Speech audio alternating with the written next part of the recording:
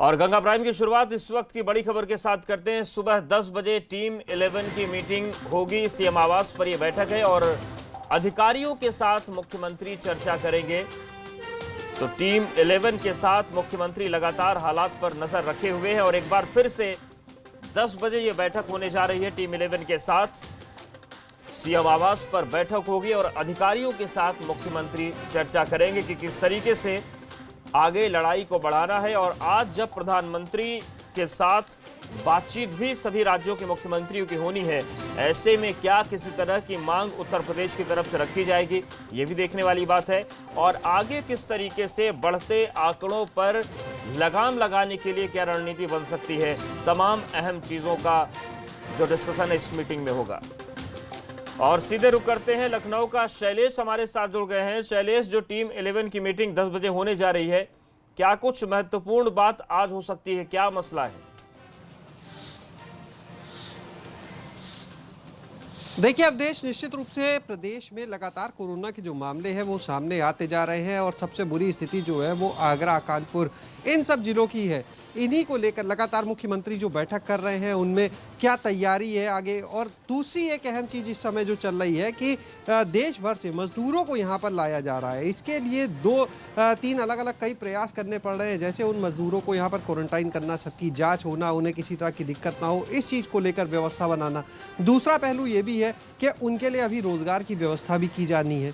एक ये भी कि जब बाहर से मजदूर आ रहे हैं, भले उनकी स्क्रीनिंग हो रही है, लेकिन आगे की संभावनाओं को भी देखा जा रहा है कि अगर उनमें किसी तरह की कोई समस्या आती है आगे चलकर तो वो फैलने ना पाए। तो ये सारे वो पहलू हैं जिन पर मुख्यमंत्री बैठक कर रहे हैं, तैयारियों की समीक्षा कर रहे हैं कि कितने मजदूर आ गए, क्या हालात अभी तक सामने आ रहे हैं, इस पर चर्चा होगी। इसके अलावा कल ही अगर बात करें तो आगरा के सीएमओ और एडी हेल्थ के ऊपर कार्रवाई हुई है, उन्हें हटाया गया है, नए को चार्ज भी दिया गया है। तो निश्चित रूप से लगातार कार्रवाई जो है वो चल रही है। अब ये भी हो सकता है, संभव है कि जैसे कानपुर में जो आंकड़ा है वो 300 को पार कर गया है। बिल्कुल, तो आंकड़ा के लिए शैलेश बढ़ रहा है क्योंकि अलग से फैसला और इस लिया पर जा भी सकता बातचीत है। करते हैं। आप हमारे साथ बने रहिए, उस पर भी ताजा अपडेट्स आपसे लेंगे। तो कोरोना की बात कर लेते हैं। उत्तर प्रदेश में कोरोना मरीजों का आंकड़ा लगातार बढ़ रहा है। शैलेश बता भी रहे थे हमें, प्रदेश में अब तक 3467 मरीज कोरोना संक्रमित हो चुके हैं, जबकि 79 मरीजों में संक्रमण से मौत हो चुकी है। और इसमें सबसे भयावह आंकड़ा ताज नगरी आगरा का है। वहां पर अब 800 के आसपास मरीज पहुंच चुके हैं, जबकि कानपुर में भी आंकड़ा 300 पार कर चुका है, पहुंच गया है वहां तक। और इसके अलावा राजधानी लखनऊ में 250 कोरोना के मरीज हैं और मेरठ में भी आज 10 नए मरीज सामने आए हैं। लिहाजा मुख्यमंत्री योगी आदित्यनाथ ने अब जिन जिलों में ज्यादा केस हैं उन जिलों में नए अधिकारियों की तैनाती के आदेश दिए हैं, जिसमें ताज नगरी में 5 अधिकारी तैनात किए गए, मेरठ में 4, कानपुर नगर में भी 4 अधिकारियों की तैनाती हुई है। तो कुछ जिले ऐसे हैं जहां पर पूरी तरीके से जो कोरोना है वो बेकाबू हो रहा है। और हमारे साथ शैलेश लखनऊ से जुड़े हुए हैं, बलराम भी मेरठ से जुड़ गए हैं। शैलेश, एक बार फिर से आपके पास आ रहे हैं। जिस तरीके से कुछ जिलों में हालात बेकाबू हैं, फिर चाहे आगरा की बात करें, कानपुर की बात करें, लखनऊ की बात करें, मेरठ में भी स्थितियां बहुत अच्छी नहीं है। क्या रणनीति आगे बन रही है, किस तरीके से इन जिलों में अब काम होगा?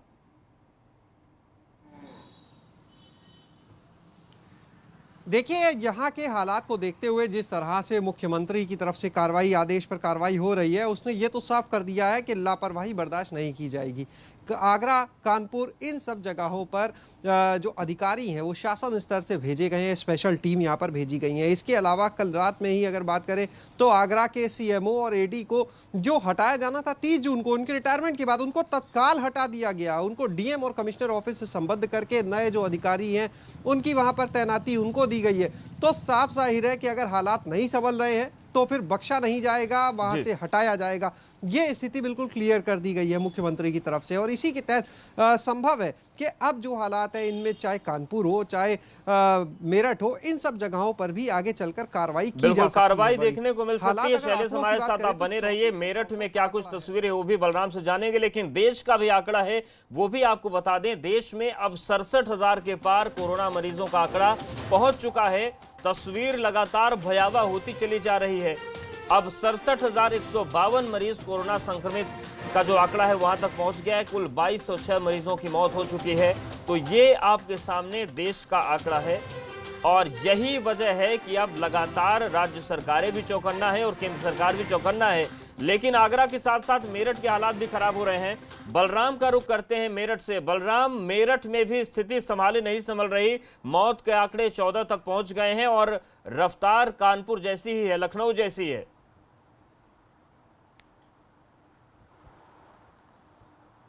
बिल्कुल अवधेश, जिस तरीके से आगरा और कानपुर में आंकड़े बढ़े हैं, उसी रफ्तार से अगर कहा जाए तो अब मेरठ में भी आंकड़े बढ़ने शुरू हो गए हैं। और यही वजह है कि ये मेरठ जिला जो था, नोएडा, सहारनपुर, इनसे काफ़ी पीछे था, लेकिन अचानक से 4-5 दिनों में यहाँ पर जो आंकड़ों का ग्राफ है बहुत तेज़ी से बढ़ा है।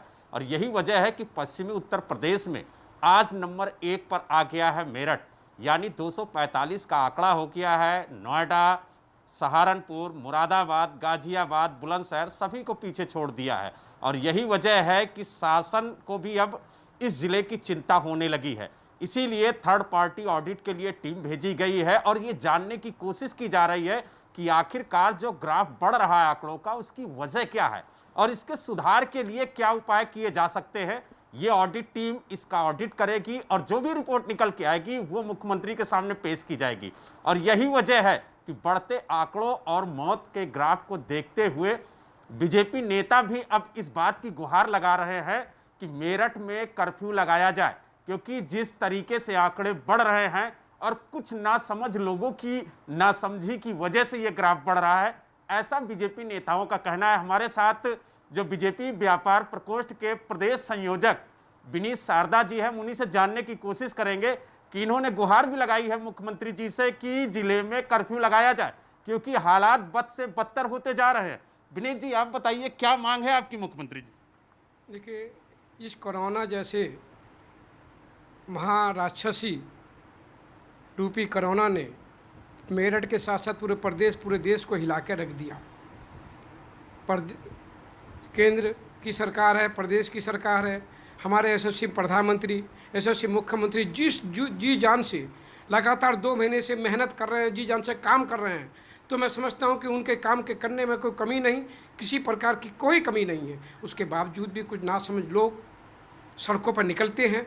उन्हें पता है, और हम प्रधानमंत्री जी कई बार अपील कर चुके हैं, प्रधानमंत्री जी की अपील कई बार हो चुकी है कि घर में रहें, लक्ष्मण रेखा पार न करें, घर में रहें तो सुरक्षित हैं।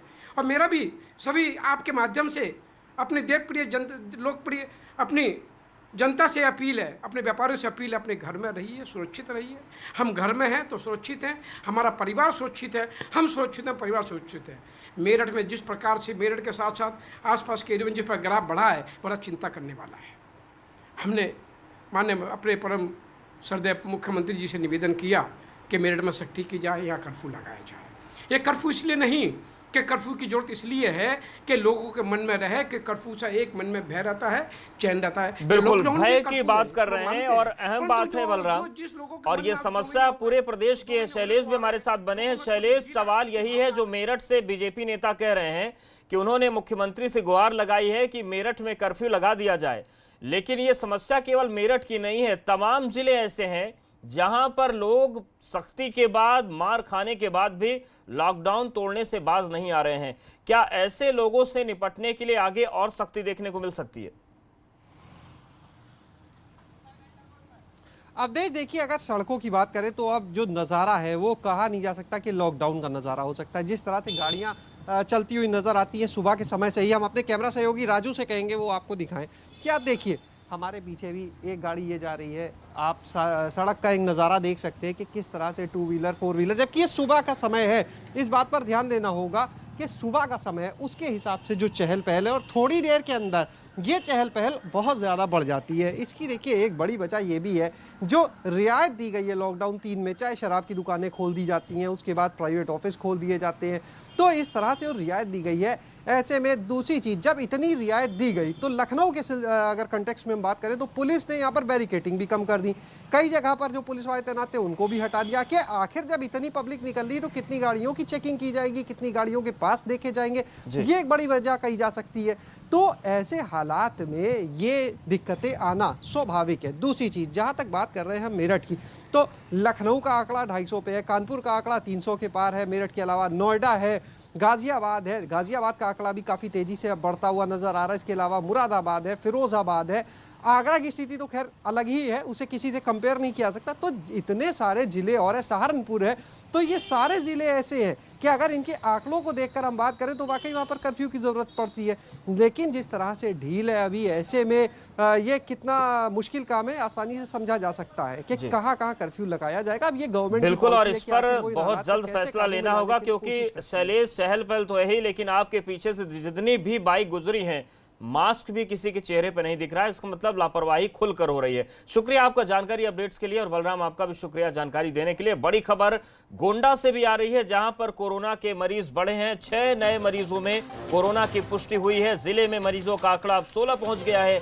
सभी लोग पहले से ही आइसोलेशन पर थे, लेकिन अब जब इनकी रिपोर्ट आ गई है तो उसमें इन्हें कोरोना पॉजिटिव पाया गया है। तो गोंडा में फिर से मरीज बढ़े हैं और 6 नए मरीजों में कोरोना की पुष्टि हुई। जिले में मरीजों की संख्या 16 तक पहुंच गई है। हालांकि राहत की बात यह है कि जो लोग कोरोना पॉजिटिव पाए गए, इनको पहले ही आइसोलेट कर दिया गया था।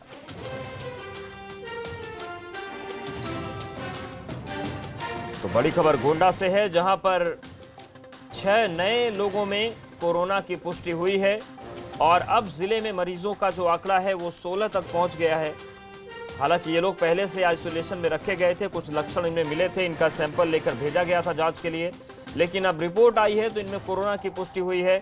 गोंडा में भी अब मरीजों की संख्या 16 तक पहुंच चुकी है। सभी लोग पहले से आइसोलेट थे और लगातार जिस तरीके से कोरोना पॉजिटिव मामलों में आंकड़े बढ़ रहे हैं, प्रदेश सरकार की चिंता बढ़ रही है। जिन जिलों में मामले थम नहीं रहे, वहां पर अधिकारियों की नियुक्ति हो रही है। सीएमओ की गाजगिरी आगरा में उन पर, लेकिन सवाल यह है कि ये आंकड़े थमेंगे कैसे।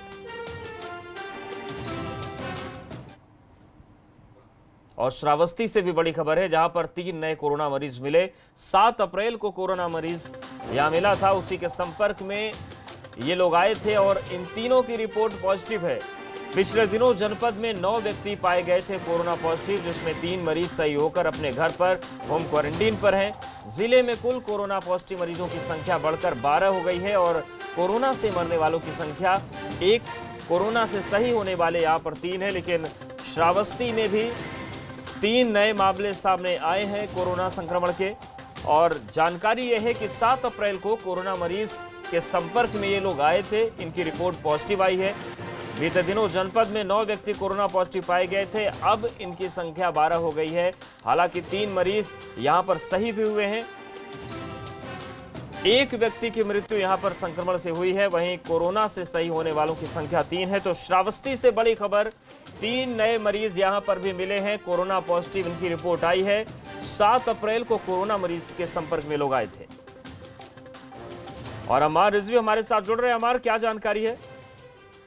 ये आपको बताना चाहेंगे कि 7 मई को मुंबई से लौटे थे, इनके संपर्क में 3 मरीज और आए थे, इनकी भी रिपोर्ट भेजी गई थी। ये प्रतापपुर के रहने वाले हैं, मल्लीपुर के प्रतापपुर के रहने वाले हैं। वहां पर पहले से भी गांव को हॉट स्पॉट कर दिया गया था और सील कर दिया गया था, लेकिन जो ये संपर्क में 3 आए थे उनकी निगेटिव कल रिपोर्ट पॉजिटिव आई है। सर, शुक्रिया जानकारी और अपडेट्स को देने के लिए।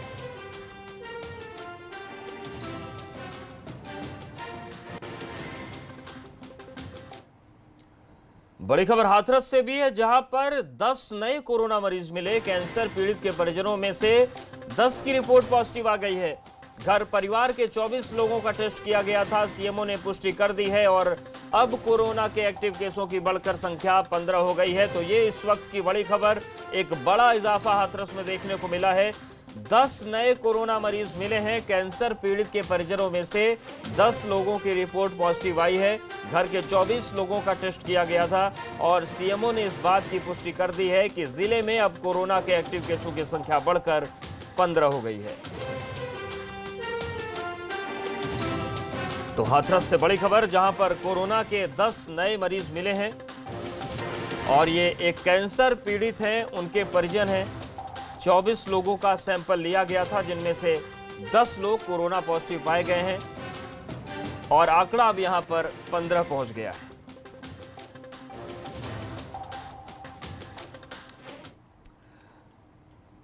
और चलिए अब बात करते हैं भारतीय रेलवे के उस फैसले की, जो एक बड़ी राहत उन लोगों के लिए लेकर आ रहा है जो अपने घर लॉकडाउन में जाना चाहते थे।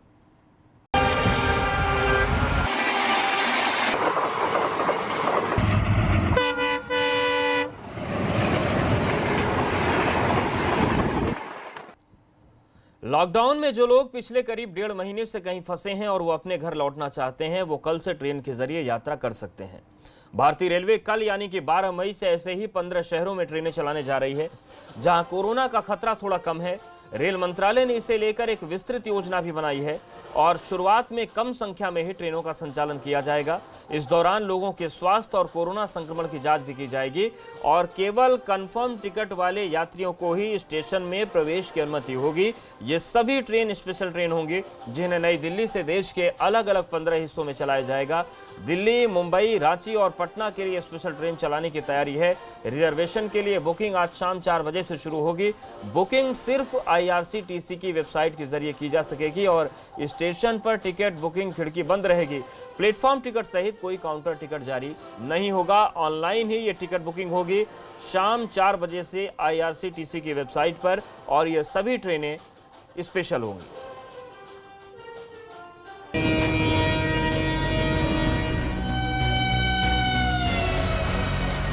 यात्रीगण कृपया ध्यान दें, आपको आपकी मंजिल तक ले जाने वाली पैसेंजर ट्रेन फिर पटरियों पर दौड़ने वाली है। 49 दिन, 7 हफ्ते, 1176 घंटे की महाबंदी के बाद सरकार ने 12 मई यानी कल से पैसेंजर ट्रेन चलाने का फैसला किया है। खुद रेल मंत्री पीयूष गोयल ने ट्वीट कर ये खुशखबरी दी। रेलवे 12 मई से धीरे धीरे पैसेंजर ट्रेनों को चलाने की योजना बना रहा है। शुरू में 15 जोड़ी स्पेशल ट्रेन चलाई जाएंगी। ये ट्रेन नई दिल्ली से शुरू होंगी और देश के अलग अलग स्टेशनों तक जाएंगी। स्पेशल ट्रेन की बुकिंग 11 मई यानी सोमवार से शाम 4 बजे से शुरू होगी। रेलवे ने कल से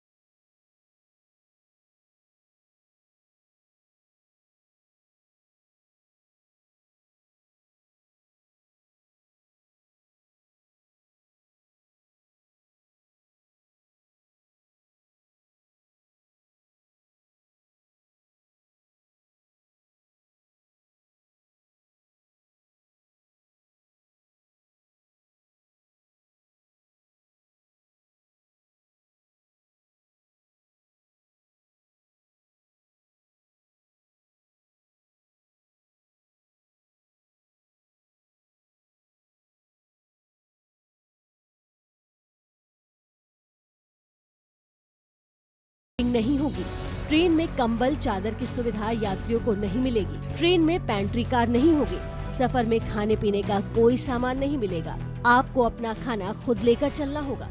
सबसे बड़ी बात जो आपको ख्याल रखना है, पहला तो ये कि टिकटों की ऑनलाइन बुकिंग होगी, इसलिए स्टेशन जाने की कतई जरूरत नहीं है। दूसरा ये कि दिल्ली से सिर्फ 15 जगहों के लिए 15 ट्रेनें चलाई जा रही हैं। याद रखिए कि इन 15 पैसेंजर ट्रेनों का मजदूरों के लिए चलाई जा रही श्रमिक ट्रेनों से कोई लेना देना नहीं है। श्रमिक ट्रेनें पहले से तय टाइम टेबल के मुताबिक चलती रहेंगी।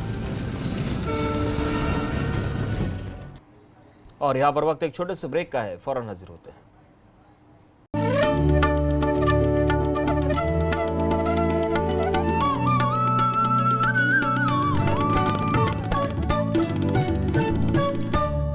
कहाँ जा रहे हैं आप? इलेक्ट्रिसिटी बिल भर के आता हूँ। अरे उनको बोलो